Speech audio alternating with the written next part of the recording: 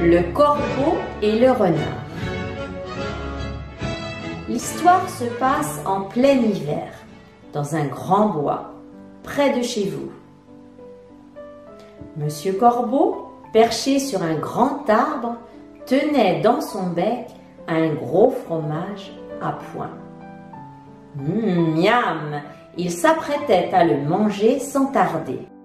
Monsieur Renard courait dans ce froid glacé à la recherche de quelque chose à se mettre sous la dent. Il avait grand faim et était prêt à manger n'importe quoi. Il était peu vêtu et ses dents claquaient en mesure. Il ne remarqua pas Monsieur Corbeau et poursuivit sa course dans le chemin. Mais une forte et bonne odeur le rattrapa et le fit revenir sur ses pas. C'est alors qu'il vit Monsieur Corbeau perché sur un arbre, avec dans son bec cet énorme fromage dont il avait senti le doux fumet. Il décida d'en faire son repas sur le champ. Non du corbeau, mais du fromage, cela va de soi. Mais comment attraper ce fromage? Il est inaccessible, bien trop haut. Le corbeau est orgueilleux et le renard est très malin. Monsieur Renard a une idée. Il décide de séduire Monsieur Corbeau naïf et lui dit « Eh, bonjour Monsieur Corbeau! Mais que vous êtes joli, que vous êtes beau! Je n'en crois pas mes yeux. Si votre chant est aussi agréable à écouter que votre plumage à regarder, vous serez évidemment le roi des oiseaux de tous ces bois. » Entendant ces mots flatteurs, mais trompeurs, le corbeau devient tout joyeux et fier. Et pour montrer sa belle voix, il ouvre tout grand son bec. Il en sort un pauvre croix discordant. Et, catastrophe, le fromage tombe directement dans les pattes du renard. Celui-ci, en rigolant, dit au corbeau « Ha ha ha! Apprenez qu'il ne faut pas écouter ceux qui vous flattent. Ils vous trompent et profitent souvent de votre naïveté. Ha ha! Ma leçon mérite bien ce beau fromage que je vais déguster en pensant bien à vous. Hé hé! » Monsieur Corbeau, tout bête et honteux, se dit, mais un peu tard, qu'il ne se fera pas avoir la prochaine fois.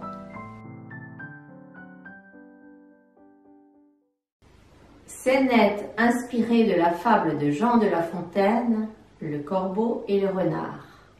Édouard et son goûter. Diablotin vit de loin ce gâteau appétissant et il décida de le voler pour le déguster. Mais Édouard ne voudrait certainement pas lui donner. Et en plus, il le tenait bien avec ses mains.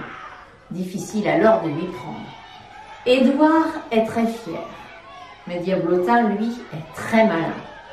Pour réussir à lui prendre ce bon cookie, Diablotin a une idée. « Eh, salut Édouard! Et ma parole, t'es trop beau avec ton petit foulard rouge autour du cou.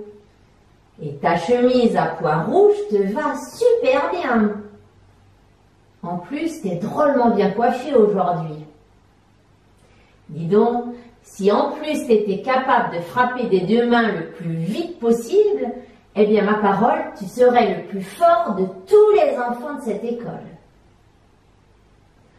Entendant ces mots flatteurs mais trompeurs, Édouard devient tout joyeux et rougit de fierté. « Attends, tu vas voir, Diablotin. Tiens mon goûter et je vais te montrer comment je claque des mains. » Il commence à applaudir le plus vite qu'il peut. Mais catastrophe, Diablotin avale d'un coup le goûter.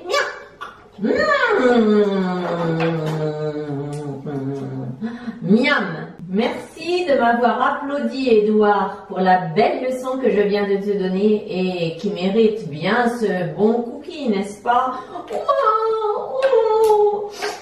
Les enfants, vous l'aurez compris, il ne faut pas écouter ceux qui vous flattent et vous racontent des mensonges. Ils se moquent de vous bien souvent et profitent de votre naïveté. Édouard, tout honteux, se dit, mais un peu tard, qu'il ne se fera pas avoir une prochaine fois et qu'il n'écoutera pas les beaux parleurs comme Diablotin.